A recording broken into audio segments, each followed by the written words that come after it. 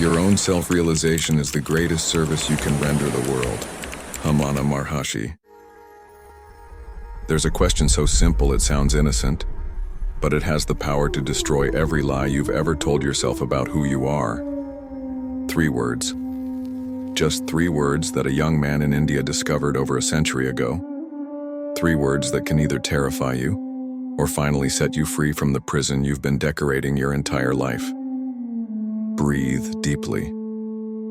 Ramana Maharshi used this question to shatter not just his own illusions, but the illusions of thousands who came seeking truth. And today you're going to understand why this question is so dangerous that most people will do anything to avoid asking it. The question is, who am I? Sounds harmless, doesn't it? Like something you'd ask on a first date or write in a journal. But here's what nobody tells you. When you truly ask this question, not intellectually, but with the full force of your being, everything you think you know about yourself dies. Slow, deliberate. Every identity you've clutched onto, every story you've told yourself, every mask you've worn so long you forgot it wasn't your face, all of it crumbles.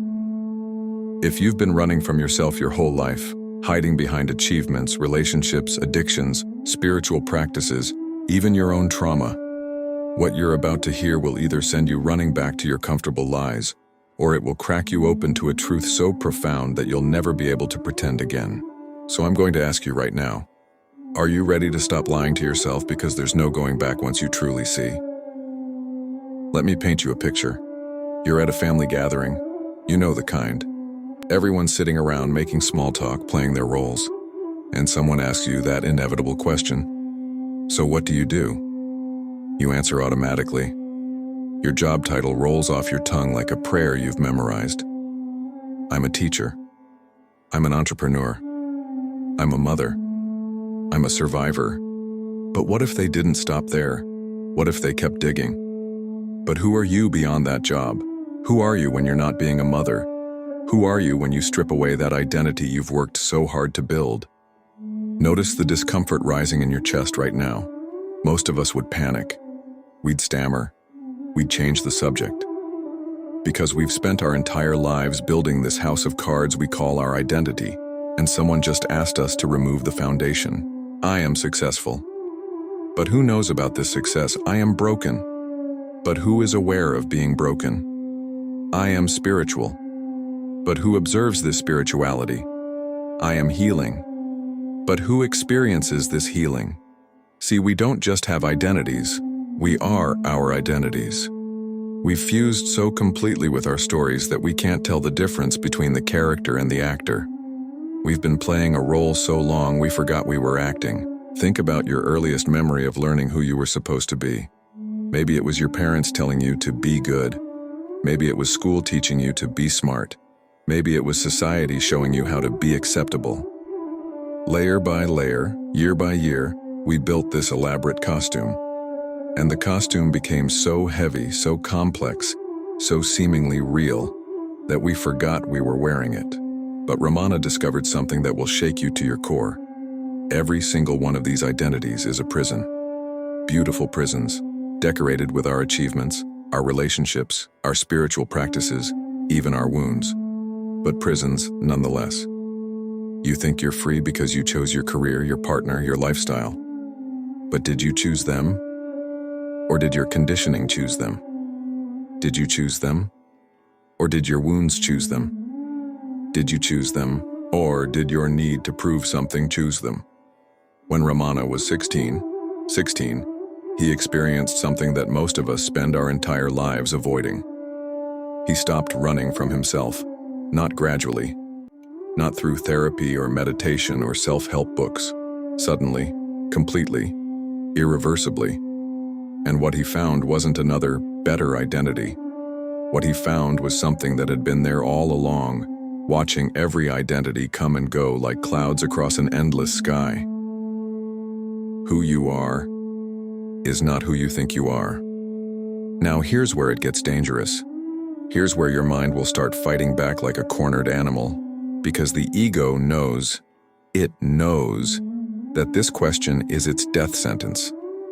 The moment you seriously ask, "Who am I?" your mind will immediately start throwing answers at you. It's desperate, it's terrified, because your mind exists to maintain the illusion of separation, the illusion of being someone special, someone different, someone with a story worth defending.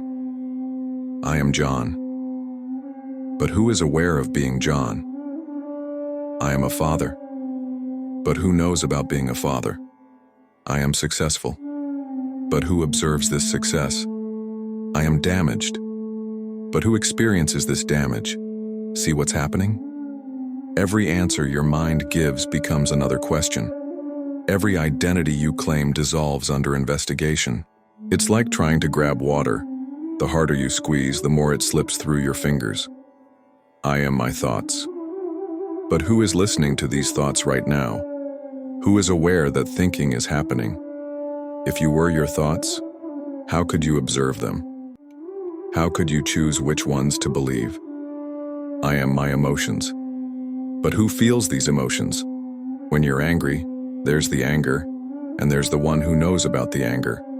When you're sad, there's the sadness, and there's the awareness that sadness is present. I am my body. But who is looking through these eyes? Who is feeling these sensations? When you were 5 years old, your body was completely different. Every cell has been replaced multiple times since then.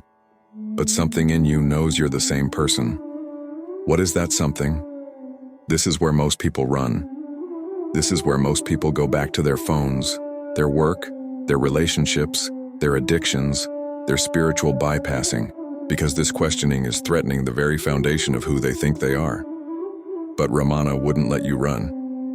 He would sit there in perfect stillness, his eyes reflecting your own true nature back to you, and he would gently, relentlessly, lovingly destroy every false refuge you tried to hide behind.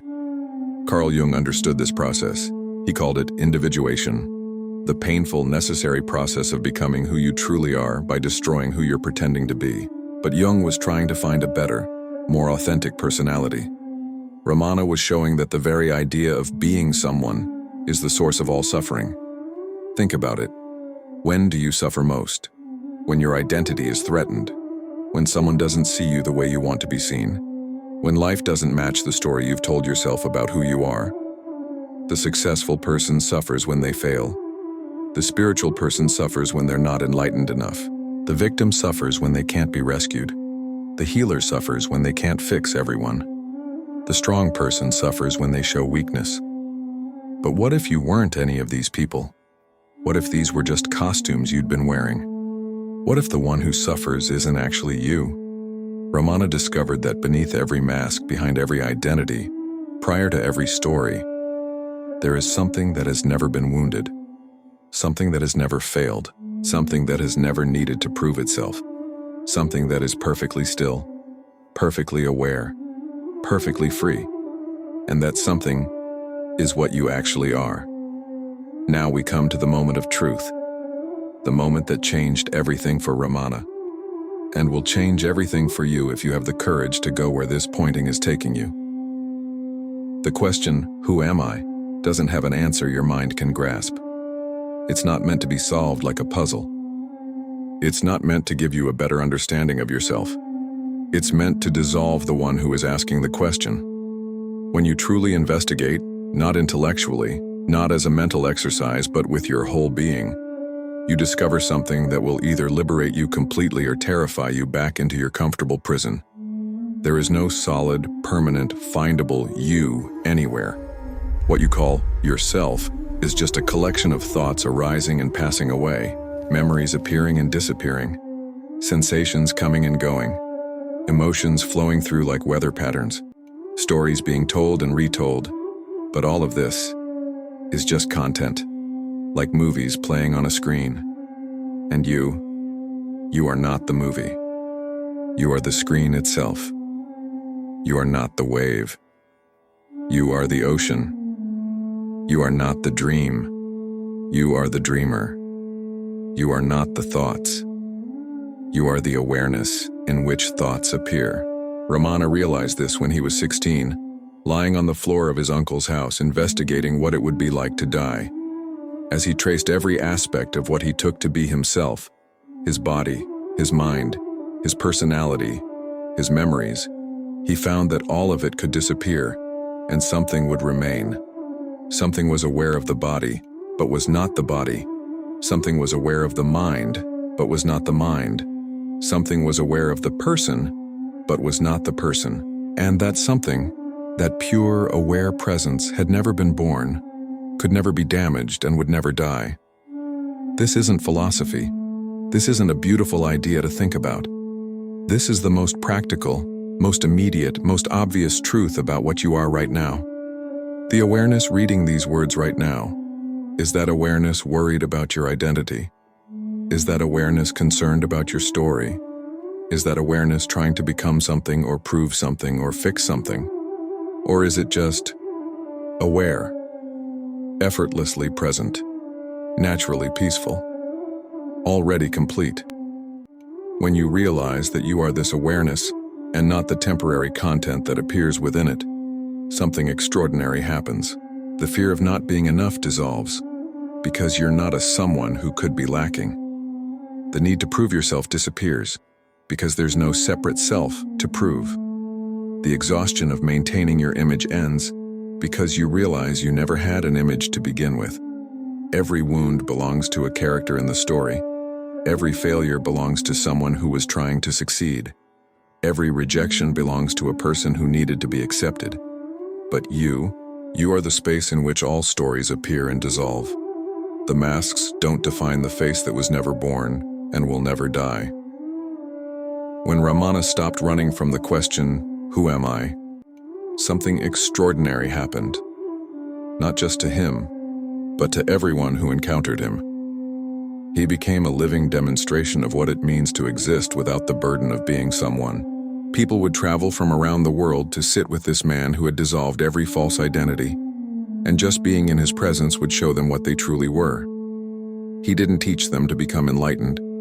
He reflected back their already present enlightenment. He didn't help them find themselves. He showed them that what they were looking for had never been lost. Ramana spent over 50 years in this state. 50 years of not being anyone special. 50 years of perfect ordinariness, perfect simplicity, perfect peace.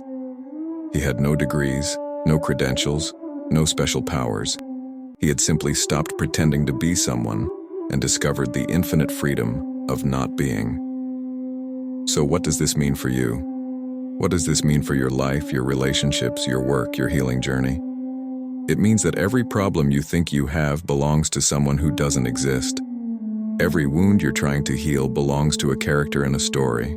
Every goal you're chasing, every person you're trying to become, every version of yourself you're trying to fix or improve or transcend, none of it has anything to do with what you actually are. This doesn't mean your human experience doesn't matter. It means it doesn't define you. The waves don't threaten the ocean. The movies don't damage the screen. Your life doesn't touch what you truly are. The next time you feel rejected, ask, who is being rejected? The next time you feel not enough, ask, who is not enough? The next time you feel like you need to prove yourself, ask, who needs to prove what to whom? And keep asking until every false answer falls away, until every identity dissolves, until you're left with just this aware presence that you are and have always been. Here's what happens when you stop running from yourself. The need to be understood disappears because there's no separate self to be misunderstood. The fear of being alone vanishes because you realize you are everything. The exhaustion of trying to become someone ends because you discover you are no one, and therefore everyone. If this terrifies you, good. It should, because it's the death of everything you think you are. If this calls to you, even better, because it's the birth of what you've always been. The question, who am I, isn't meant to give you an answer. It's meant to dissolve the questioner. And when the questioner disappears, what remains is indescribable, undeniable, and absolutely ordinary. You are not who you think you are. You are not what happened to you. You are not your story, your healing, your awakening, or your journey. You are the awareness in which all of this appears. And that awareness has been waiting your whole life for you to stop running and come home. The next time someone asks who you are, maybe you'll have the courage to smile and say, "I have no idea, but I'm finally okay with that."